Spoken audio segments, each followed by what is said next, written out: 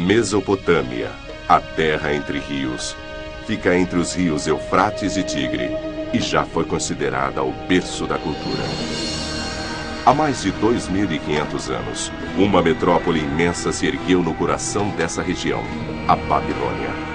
O homem que a governou tornou a cidade uma das maravilhas do mundo e seu nome foi Nabucodonosor.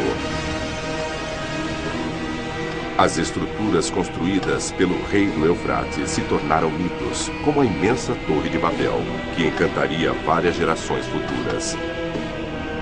Hoje, restam somente cascalhos, mas arqueólogos modernos podem compreender o mundo perdido pelos fragmentos que restaram. A mais nova tecnologia preserva os sinais cuneiformes, a língua escrita mais antiga em milhares de tábuas, e os cientistas podem agora decifrá-las.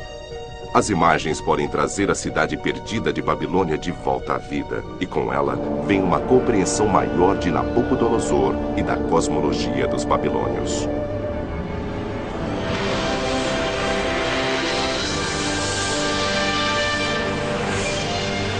Nabucodonosor.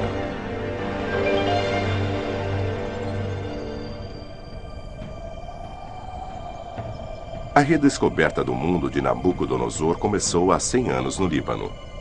O cônsul francês Henri Boillon explorou a região em volta de Al-Hermil em busca de antigos tesouros artísticos. Na época havia muitas expedições de administradores coloniais. O século XIX foi a época das grandes descobertas. Onde quer que fossem, pareciam fazer novas e importantes descobertas. A lendária cidade de Troia havia sido escavada.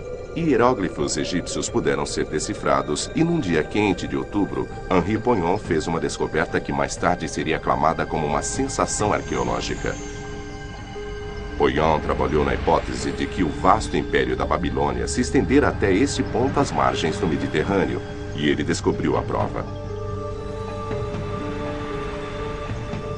Numa parede de pedra, o retrato de um rei havia sido esculpido, dominando um leão com o braço.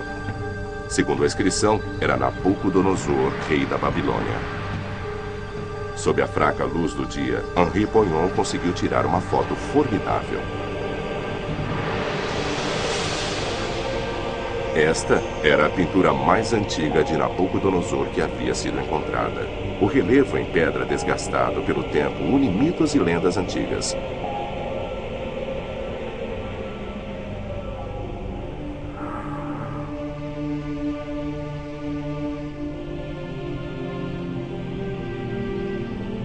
O reino de Nabucodonosor se beneficiou da influência dos dois grandes rios, Eufrates e Tigre. Há mais de 2.500 anos antes de Nabucodonosor, as obras de arte eram criadas para testemunhar as conquistas culturais do período e transmitir uma imagem curiosa das pessoas daquela época.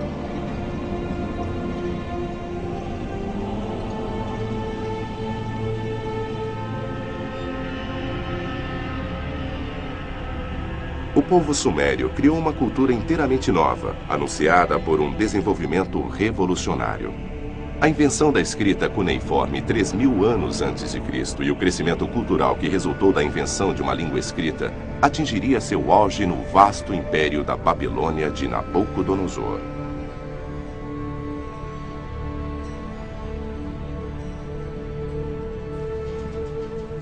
A nova tecnologia se espalhou da antiga Uruk por toda a Mesopotâmia, estendendo-se ao norte. Espalhou-se também para o Mediterrâneo pelo oeste e a esfera cultural da Palestina.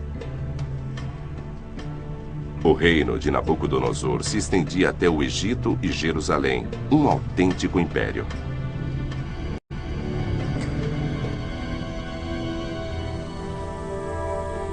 Jerusalém, a cidade sagrada de Davi, lar ancestral de todos os judeus. Mas há 2.600 anos, ela não era a metrópole que é hoje. Protegida pelos muros da cidade, poucos milhares de judeus habitavam a pequena área em torno da montanha do templo. Nabucodonosor foi capaz de invadir o círculo de pedra e arrasar a cidade sagrada. Um relevo antigo descreve a batalha. Os babilônios escalaram as paredes da cidade com a ajuda de torres fortificadas. Os defensores não foram capazes de combater a tecnologia militar superior. Os invasores possuíam armaduras de metal, catapultas de pedra e estratégias cuidadosamente planejadas. Os planos bem elaborados eram altamente eficientes, junto com as ondas devastadoras de flechas atiradas por milhares de arqueiros. Nabucodonosor usou seu poder militar para um bom propósito. Milhares de inimigos foram massacrados, enquanto que os sobreviventes foram levados para a Babilônia como prisioneiros de guerra. Para os judeus foi uma catástrofe terrível, a ira de Deus. E Babilônia era vista como o odiado local do exílio, com Babel conhecida como o canteiro da depravação.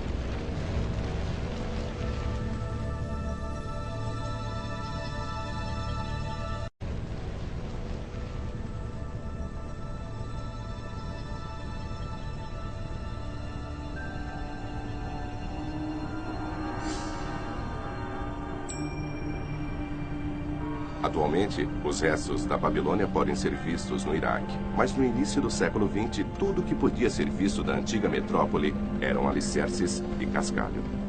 Os prédios com apenas 20 anos são meras reconstruções.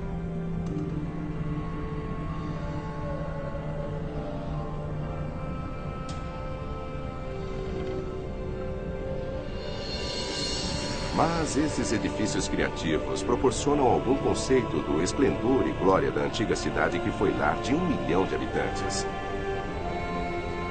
As imensas paredes de cerâmica da Babilônia estão entre as 7 maravilhas do mundo antigo, mas dizem que há uma segunda maravilha do mundo a ser admirada na Babilônia. Os jardins suspensos da princesa Semíramis, suposta amante de Nabucodonosor. Apesar da verdade histórica por trás dessa figura também estar perdida nas lendas que cercam a cidade.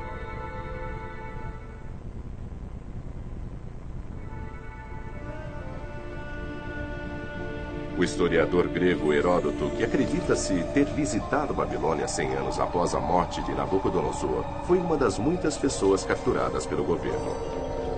Heródoto maravilhou-se com as dimensões lendárias da Torre de Babel, apesar de apenas supor quanto às suas funções.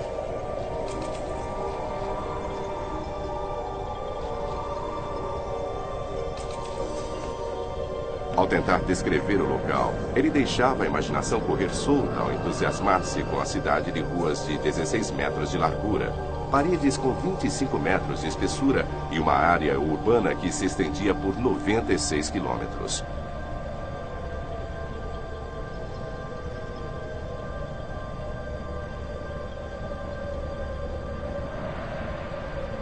E assim, a metrópole ao longo do rio Eufrates se tornou assunto de lendas fantásticas que eram passadas através de gerações, até que o arqueólogo alemão Robert Koldewey decidiu investigar a verdade do início do século XX.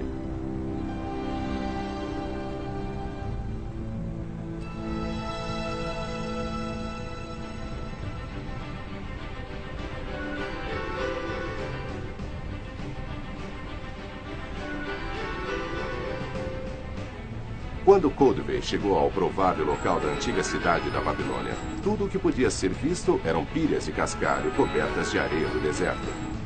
Mas Koldewey tinha certeza de que a lendária Babel estava enterrada lá. As escavações iniciais revelaram restos de imensas muralhas da cidade e confirmaram sua crença de que somente a cidade da Babilônia poderia ter proteções tão poderosas. Koldewey havia descoberto os restos das muralhas que Heródoto havia relatado com tanta admiração. E os babilônios haviam isolado as estruturas de cerâmica contra a umidade usando betume, uma conquista tecnológica incrível para a época. Koldewey estava obcecado com a ideia de escavar toda a lendária cidade. Por 18 anos, até mesmo durante a Primeira Guerra Mundial, ele escavou o local quase que ininterruptamente. Hoje, seus seguidores ainda trabalham com paz. As escavações que começaram no Iraque há 100 anos os levaram a uma viagem arqueológica de volta no tempo até o Império da Babilônia.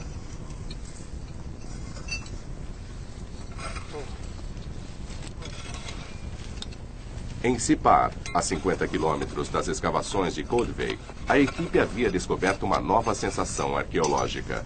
Uma biblioteca do período de Nabucodonosor. Entretanto, os arqueólogos não estão procurando obras de arte e nem metais preciosos, mas um tesouro muito mais valioso: tábuas entalhadas, escritas cuneiformes com milhares de anos, registrando as ideias e crenças dos babilônios na era de Nabucodonosor.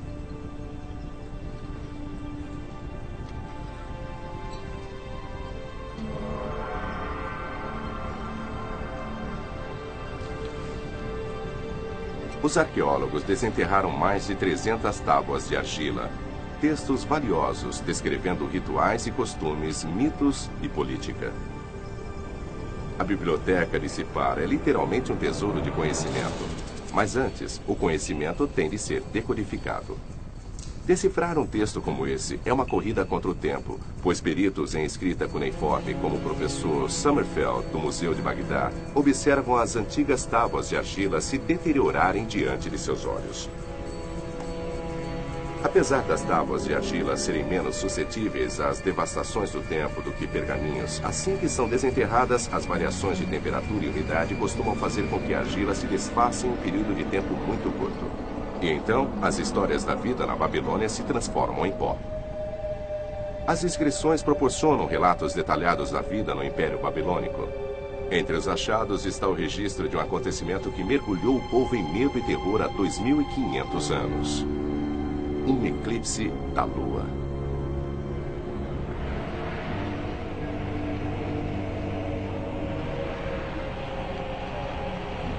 As tábuas de argila falam do dia em que a lua desapareceu e sacerdotes de toda a cidade tiveram que acender tochas. As pessoas rapidamente se reuniram nas ruas e usaram as roupas para se protegerem da visão enquanto orações e hinos tomavam toda a cidade.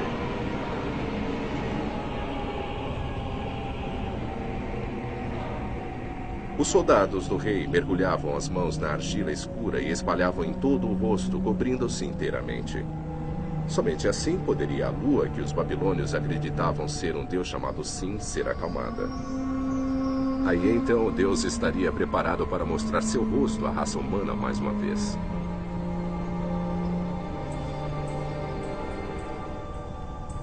Neste pequeno museu no Iraque, o professor Walter Sommerfeld e seus colegas estudam a coleção de tábuas de argila que estão repletas de descobertas sensacionais.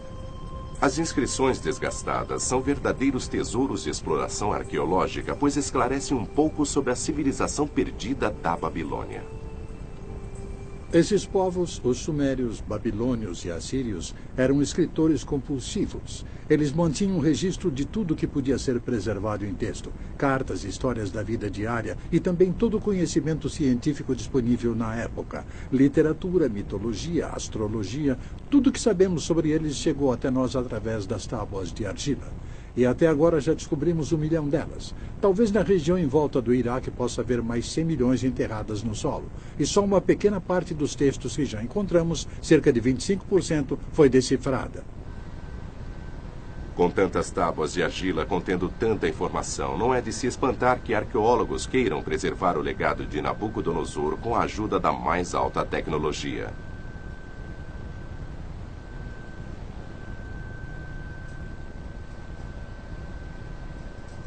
O conhecimento do Antigo Oriente pode agora ser preservado em tábuas de vidro para sempre. Usando um método chamado fotografia holográfica, um raio laser traça a inscrição na tábua de argila. Um sistema de espelhos permite que a imagem seja reproduzida em uma chapa fotográfica e fixada usando um processo especial de revelação.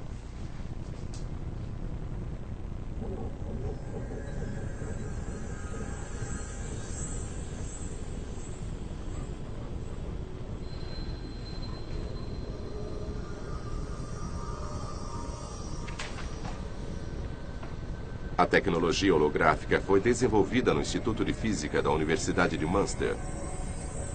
As tábuas de argila aparecem na chapa fotográfica em 3 dimensões para que os peritos possam estudar as características espaciais da escrita cuneiforme, um fator vital ao decifrar o texto.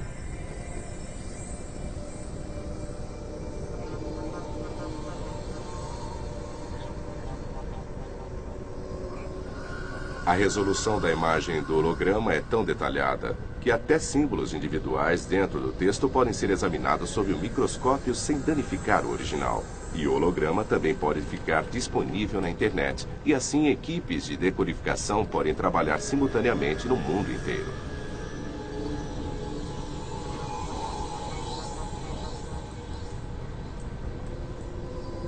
As tábuas com escrita cuneiforme contam histórias antiquíssimas.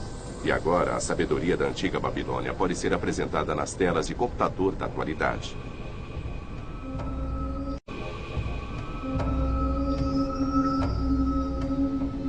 Entre elas estão relatos de antigos rituais de sacrifício que mostram quanto a vida cotidiana na Babilônia era dominada por fortes crenças religiosas. Os registros também provam que as histórias do orgulho ateu mostradas pelo povo de Babel, conforme relatado na Bíblia, nada eram além de propaganda hostil. No ritual de sacrifício, tudo era calculado no mínimo detalhe. O tipo de óleo com que os sacerdotes tinham de lavar as mãos e a posição exata que tinham de adotar ao examinar garras e dentes do animal a ser sacrificado.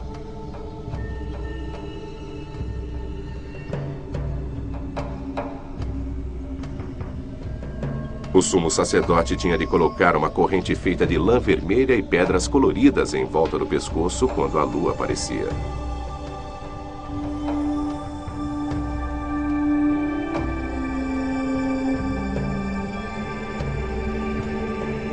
Só então, o corpo do animal podia ser aberto e o fígado retirado. A condição do órgão indicava se bons ou maus tempos aguardavam o império e o rei.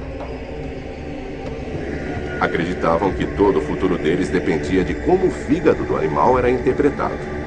Era um sinal divino.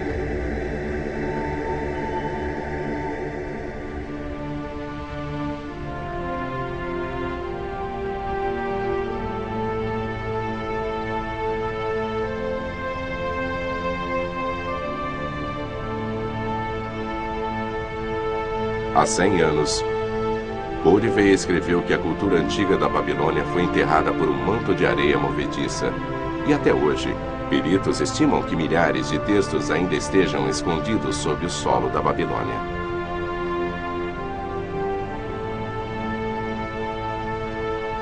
Coldevey escreveu: "As ruínas lembram-me da maldição do profeta na Bíblia, e nunca mais Babilônia será habitada e ninguém mais lá viverá."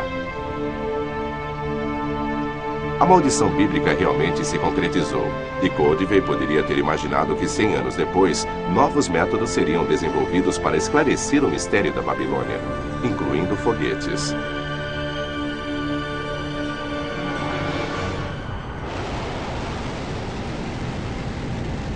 O Soyuz russo carregou um satélite de vigilância até o espaço. Nos dias da Guerra Fria, a tecnologia foi empregada para espionar território inimigo, usando fotografias do espaço.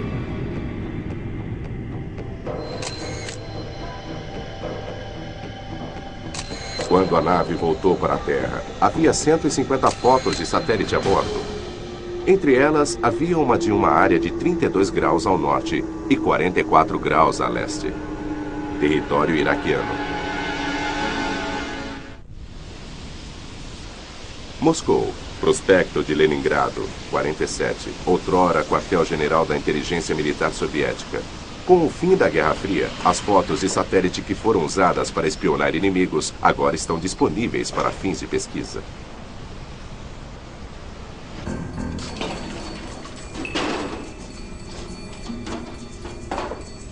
As antigas fotos de espionagem no espaço são de enorme importância à arqueologia aérea. Um perito pode obter informações valiosas a partir dessas imagens. Os contornos de estruturas que há muito caíram e estão enterradas bem no fundo do solo podem aparecer em fotos aéreas na forma de variações na vegetação e na cor.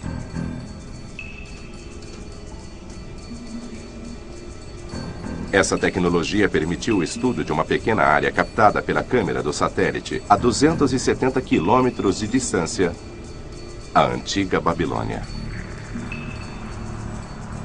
Como o computador aumenta a imagem, a área inteira de uma cidade que há tempos havia desaparecido pode ser vista. No topo à esquerda fica o moderno palácio de Saddam Hussein e à direita a região escavada por Koldvay. A imagem aérea mostra que apenas uma pequena área da antiga cidade foi estudada até agora pelos arqueólogos. Na verdade, a cidade de Nabucodonosor era mais extensa, como mostra esta foto de satélite. Era 60 vezes maior que a reconstrução que pode ser vista hoje.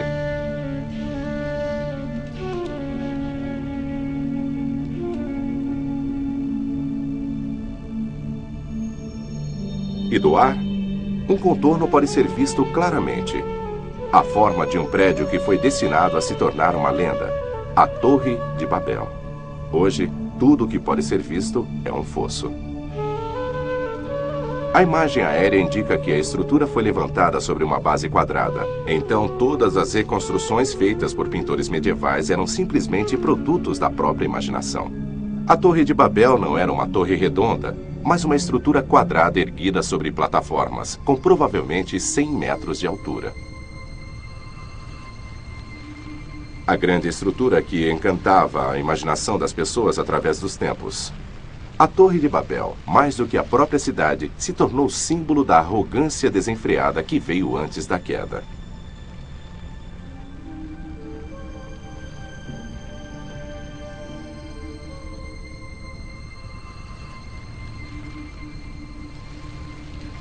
Heródoto, o pai da escrita histórica, deve ter visto a Torre de Babel quando metade dela ainda resistia, apesar do declínio da cidade ter começado logo depois que o filho de Nabucodonosor o sucedeu. Pelo menos em sua mente, Heródoto teria sido capaz de retratar a magnífica cena, com a procissão real começando a escalar a torre, subindo ao templo azul no topo, o templo de Marduk, deus da cidade.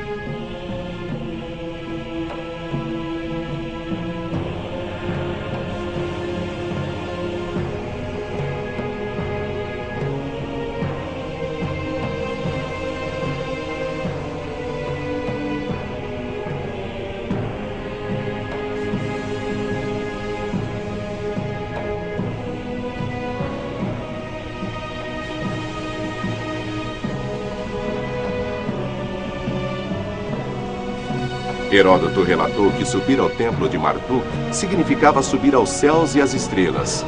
E no topo, no setor mais alto do enorme templo, era onde Marduk morava.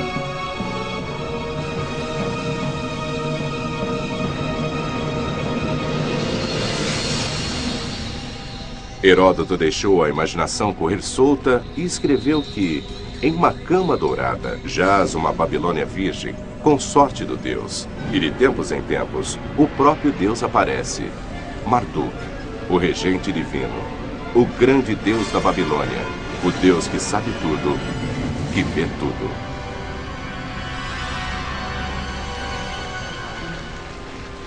A fantástica avaliação que Heródoto deu era uma mistura de imaginação e realidade, que nascera de repetidas histórias contadas na Babilônia ao afundar em ruína.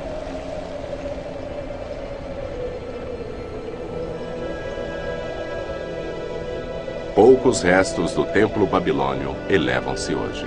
São apenas cascalho. Mas em Borsippa, que pode ser vista da Babilônia, as ruínas gigantes de outra torre alcançam o céu. Que pode ser vista da Babilônia, as ruínas gigantes de outra torre alcançam o céu.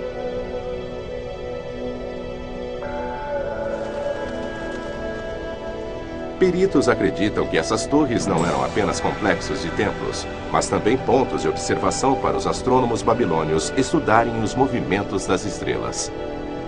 Mas Nabucodonosor e seus astrônomos não estavam apenas estudando ciências naturais enquanto contemplavam o céu. Eles consideravam os corpos celestiais como deuses e acreditavam que os movimentos de forças imortais no cosmo acima refletiam todos os aspectos da realidade, lá embaixo na Terra.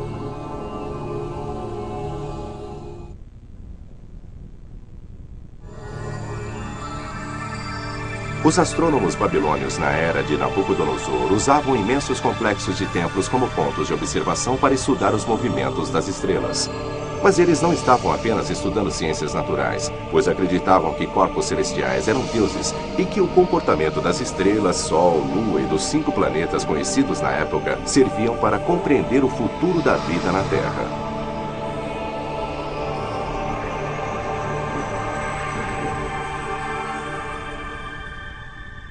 Museu Alemão em Munique. No planetário, o sistema de projeção pode ser programado para mostrar como o céu à noite teria aparecido na Babilônia há 2.500 anos.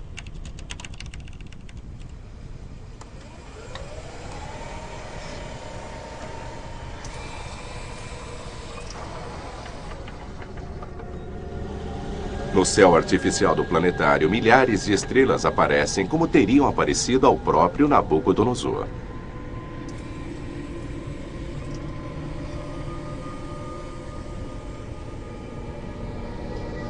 Toda noite, durante centenas de anos, os babilônios estudaram o céu à noite em busca de sinais, de ocorrências extraordinárias e de conexões. Estrelas em particular começaram a ser vistas como parte de famílias, como gêmeos, guardiões da porta do céu. Acreditava-se que Aquário ditava o curso de toda a água da Terra. Sagitário, metade homem, metade cavalo, foi um poderoso aliado nas guerras e em tempos de dificuldade. Havia Touro, o touro mitológico, que podia devastar cidades inteiras e era particularmente temido. Os babilônios inventaram a astrologia que conhecemos hoje. Eles dividiram os céus em 12 signos do zodíaco e registraram os movimentos das estrelas. Eles podem até ter dominado a construção dos telescópios, conforme sugerido por esta lente de quartzo polido. Os babilônios tinham um sofisticado entendimento de matemática, e tábuas de geometria provam que os cientistas já estavam familiarizados com o Teorema de Pitágoras. Esse teorema influenciou a arquitetura de uma das mais famosas estruturas da Babilônia, o Portal da Cidade Azul, dedicado à deusa Ishtar. Em seus telegramas a Berlim, Koldewey elogiava a beleza única das cerâmicas, enquanto os tijolos esmaltados de azul eram embalados em caixas e transportados para Berlim, onde eram lavados e separados. A reconstrução do Portal de Ishtar começou na ilha do Museu de Berlim.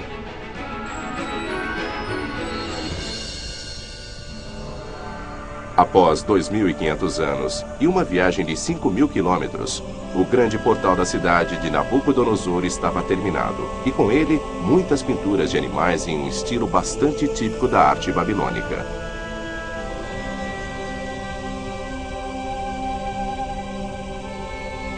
As imagens de animais adorados pelos babilônios como companheiros dos deuses teriam enfeitado as paredes do caminho por onde passariam as procissões e guiado os visitantes ao centro da cidade.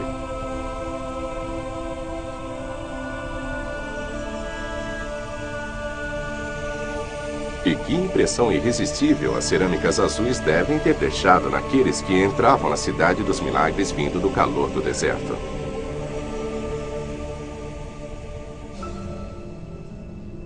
Os tijolos eram de azul esmaltado, mas como era possível uma técnica tão rara ter sido desenvolvida há 2.500 anos? Um químico, Stephen Fitz, submeteu fragmentos da cerâmica da Babilônia à análise do espectro e resolveu o mistério. Junto com o especialista em cerâmica Andreas Fritzsche, ele descobriu o processo técnico complexo utilizado. O passo inicial era muito importante, pois uma mistura precisa de areia e carbonato de sódio derivado de cinza vegetal tinha de ser obtida. A mistura era queimada para criar um tipo de vidro que era então usado como base para o esmalte. Hoje, uma estufa controlada por computador é usada para atingir a temperatura exata de 950 graus centígrados necessária. Como os babilônios mediam e mantinham essa temperatura constante, permanece um mistério. O vidro era então moído até formar um pó fino, necessário para o próximo estágio do procedimento.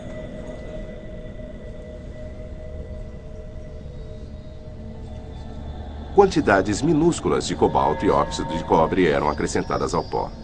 A combinação dos produtos químicos produzia distinta coloração azul brilhante, mas como os antigos babilônios mediram quantidades extremamente precisas dos minerais? Os cientistas de hoje só podem atingir o resultado desejado usando balanças farmacêuticas que têm a precisão em miligramas.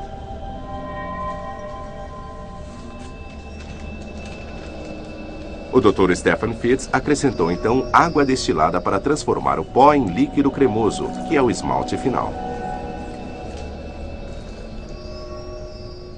O que os babilônios conquistaram ao construir e decorar os prédios foi uma proeza tecnológica tremenda, e isso se aplica também ao esmalte que eles usaram. Não foi apenas o fato de terem produzido este esmalte. Deve-se também lembrar que muitos dos ingredientes não eram facilmente disponíveis naquela época.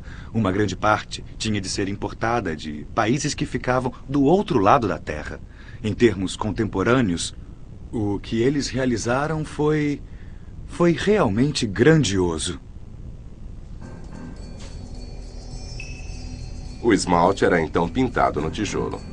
Finalmente, o objeto era queimado novamente, dessa vez por 12 horas a uma temperatura constante de mais de 1000 graus centígrados.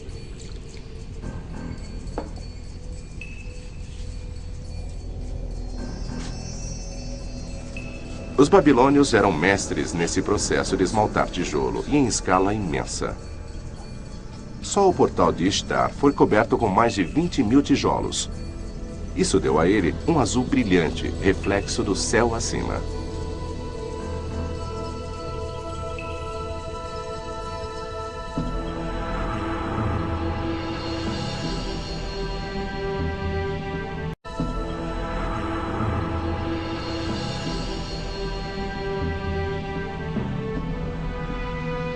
A estrada antes e depois do portal era a estrada dos deuses, o caminho da procissão onde o grande festival do Ano Novo era celebrado. Sabe-se disso devido às inscrições estampadas nos tijolos que leem para os deuses Marduk e Nabu. Eu cimento o interior da estrada com asfalto e tijolos queimados. E sobre eles eu coloco uma camada grossa de pó esmaltado. Que os deuses fiquem satisfeitos ao andarem por este caminho.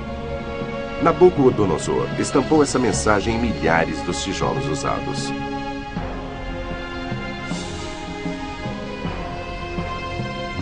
A Torre de Babel, o Portal de Ishtar e o Caminho da Procissão eram trabalhos de devoção aos deuses.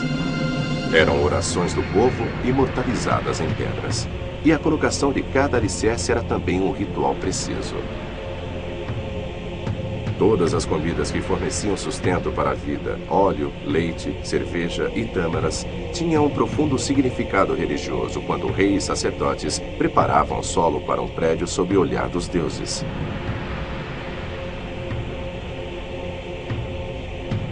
As antigas tábuas de argila mencionavam os complexos rituais e os descreviam em detalhes. Creme, mel e cerveja tinham de ser colocados sobre o primeiro alicerce como uma oferenda valiosa para os deuses.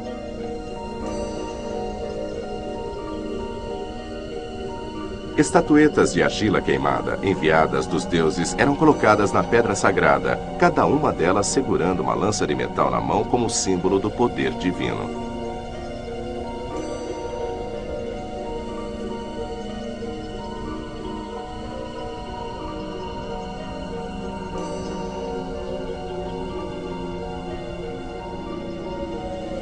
Um carneiro era preparado, a boca lavada com extrato de zimbro para encorajar os deuses a olharem favoravelmente para a oferenda. Farinha branca purificada, a fruta sagrada do solo, era jogada sobre as estatuetas.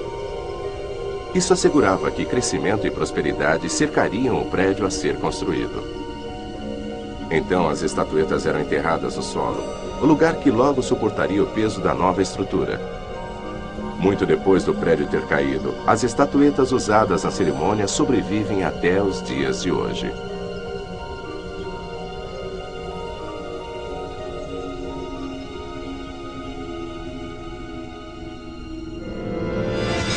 Heródoto também escreveu sobre certos rituais, mas o historiador grego aparentemente não compreendeu seu significado.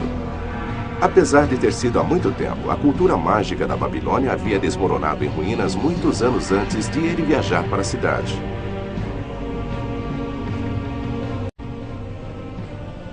O que restou, entretanto, foi uma profunda admiração pelas construções que ainda estavam de pé, tais como os muros da cidade. Heródoto deve ter caído na maldição deles, pois os peritos agora acreditam que as medidas que ele forneceu estavam bastante exageradas.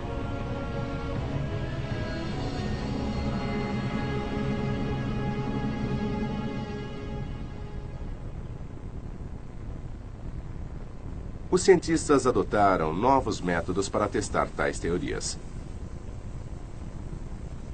Nesse laboratório, a sétima maravilha do mundo é recriada: as muralhas da Babilônia, em uma escala de 1 para 100.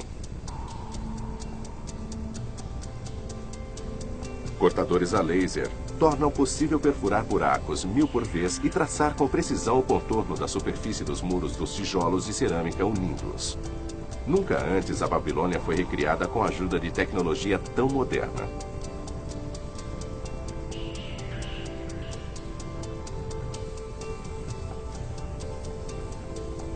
Mas esse trabalho pioneiro não está sendo feito apenas para produzir um modelo de decoração. É um exemplo de arqueologia experimental, e o modelo resultante mostra imediatamente que os dados fornecidos por Heródoto não estavam corretos. Quando as proporções que ele forneceu são empregadas na construção do modelo, o número de parapeitos, por exemplo, não bate com o comprimento de cada parede.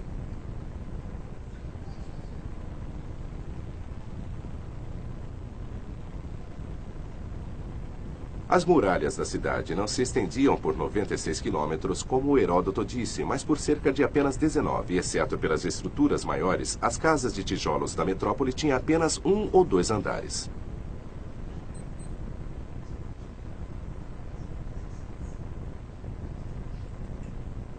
A experiência com o modelo ilustra que as ruas seguiam uma planta horizontal que atravessava as casas quase em ângulos retos. Babilônia foi construída como uma fortaleza gigante. Havia uma parede dupla de 12 metros de altura cercando toda a área urbana.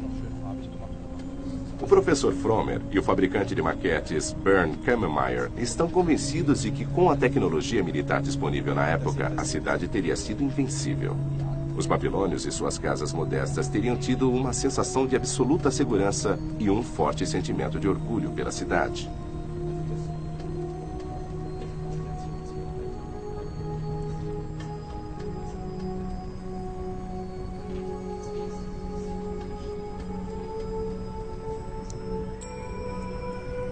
A câmera mostra a sensação de admiração que os habitantes da antiga cidade deviam ter pelo ambiente que dominava a vida cotidiana deles.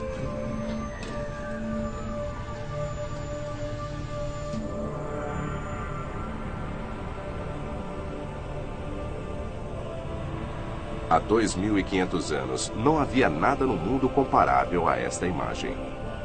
Na época, Roma ainda era uma aldeia de cabanas de argila. Constantinopla não existia. E somente 2000 anos depois, a primeira casa seria construída em Nova York. Nabucodonosor orgulhosamente declarou: "O que nenhum outro rei fez, eu alcancei."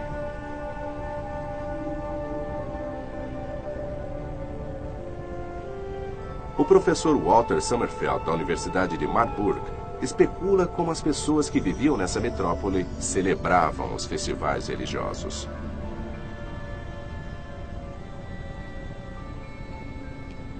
Você tem de imaginar um festival com uma estátua extremamente impressionante de um deus em posição central. Era enorme, com cores vivas e tinha decorações de cerimonial. O rei estava lá, junto com os sumos sacerdotes. Havia cantorias sob a luz de tochas acesas. Algo parecido a um tipo de sentimento religioso ainda é encontrado na Índia. Não podemos mais participar dos festivais babilônicos, mas pelo menos há muitos paralelos na Índia, paralelos que nos permitem capturar alguma coisa da atmosfera daquela época. O grande caminho da procissão na Babilônia pode ter sido assim. Há paralelos consideráveis entre os festivais religiosos celebrados a cada ano pelo povo de Puri, na Índia Oriental, e o grande festival de Ano Novo de Nabucodonosor, uma antiga tradição religiosa que talvez tenha se espalhado da Babilônia para a Índia ou vice-versa.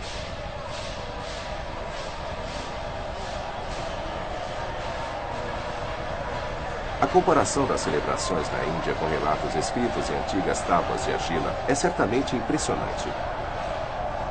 Como no festival de Ano Novo da antiga Babilônia, as antigas estátuas dos deuses são trazidas do templo em Puri envoltas em trajes cerimoniosos e colocadas em um carro sagrado. O rei de Puri tem sido comparado a uma reencarnação de Nabucodonosor. Como na época de Nabucodonosor, o rei tem de seguir os costumes, pois são as leis dos deuses.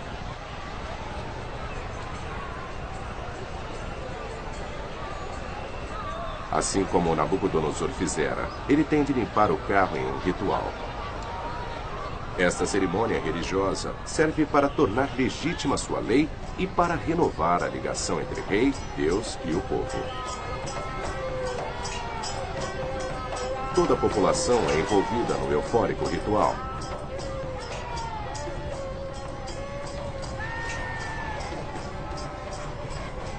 Finalmente, todos se reúnem para puxar a estátua dos deuses pelas ruas com cordas imensas. A religião aqui não é um conceito abstrato, mas algo que está vivo e é venerado todos os dias.